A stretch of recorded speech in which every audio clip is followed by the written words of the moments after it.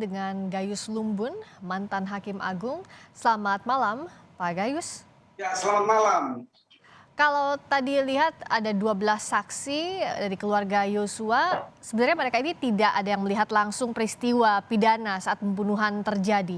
Tapi dari pernyataan dan juga pertanyaan hakim, apa yang Pak Gayus lihat? Apakah yang coba digali waktu sebelum dan juga setelah adanya jenazah Yosua di Jambi? Ya, semua keterangan itu akan bisa menjadi alat bukti yang sah apabila beriringan dengan alat bukti yang lain, sehingga selaras dengan itu.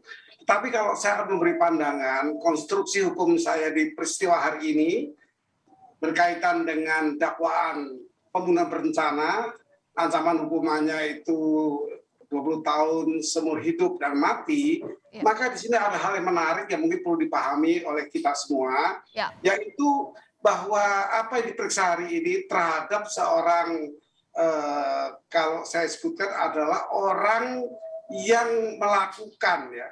Di sini saya sebut sebagai melakukan, sebagai pelaku yang melakukan. Pelaku yang melakukan. Karena tanpa pelaku ini tidak mungkin peristiwa ini terjadi. Tidak mungkin kalau tidak menembak beberapa kali kepada yang disuruhkan oleh seseorang itu, tidak terjadi peristiwa ini. Contohnya Eliezer, contohnya RR, ya. Ketika RR ini menolak, maka tidak terjadi. Nah, tapi Eliezer ini menerima. Maka kalau saya kaitkan dengan apa kedudukan hukum dari Eliezer, saya mengatakan dia terkait dengan pasal 55 atas perintah FS. Ini rangkaiannya.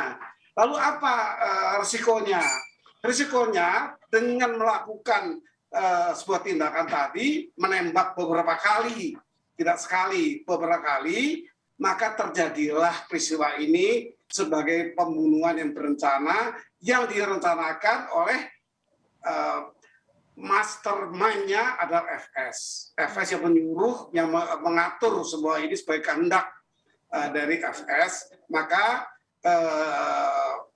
Eliezer ini menjadi bagian yang tidak terpisahkan. Ancaman hukumnya sama.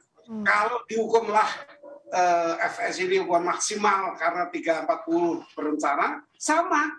Artinya Eliezer juga akan terancam dengan itu bunyi undang-undang.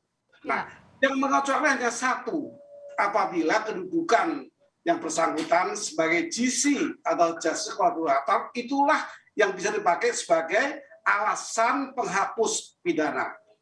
Nah, alasan apa? Sebagai pembenar maupun sebagai pemaaf sudah sulit untuk saya kaitkan. Sampai dengan 51 pun yang melakukan perintah jabatan itu juga tidak masuk karena jabatannya tidak menjabat sebagai jabatan untuk menembak orang. Nah, itu. Jadi oleh posisinya itu, kalau tadi izin Pak Gayus, jadi untuk alasan pembenar pemaaf yang coba kalau kita lihat dibangun konstruksi ini oleh pihak pengacara Eliezer itu sulit meskipun justice collaborator posisinya begitu. Ya, saya berpandangan sulit sekali untuk mendapatkan penghapusan pidana kalau alasannya pembenar maupun pemaaf karena yang bersangkutan melaksanakan perintah itu dengan sempurna, menembak beberapa kali sehingga itu mematikan tembakan-tembakan itu. Nah, oleh karena itu secara konstruksi hukum saya mengatakan kalau yang bersangkutan bisa berperan baik sebagai GC itu satu-satunya bisa mengurangi hukuman akibat dari pasal 55 terhadap 340 atau 338. Oke, jadi setidaknya ini JC ini adalah satu-satunya jalan bagi Eliezer untuk mengurangi hukuman begitu ya, sebagai pelaku yang melakukan. Karena tanpa tindakan atau tembakan dari Eliezer maka tidak akan hilang nyawa Yosua, begitu kira-kira ya sederhananya Pak Gayus. Karena RR menolak menjadikan tidak terjadinya peristiwa ini. Tapi Eliezer menerima itu, menerima perintah dari ini dengan semua risikonya. Tentunya seperti diatur pasal 55, ini kata undang-undang. Baik. Bagaimana kedudukan atau the degree of evidence atau kedudukan dari pembuktian dari para saksi yang dihadirkan? Kita akan bahas ini sesaat lagi. Pak Gayus, tetap di Breaking News Kompas TV, kami segera kembali.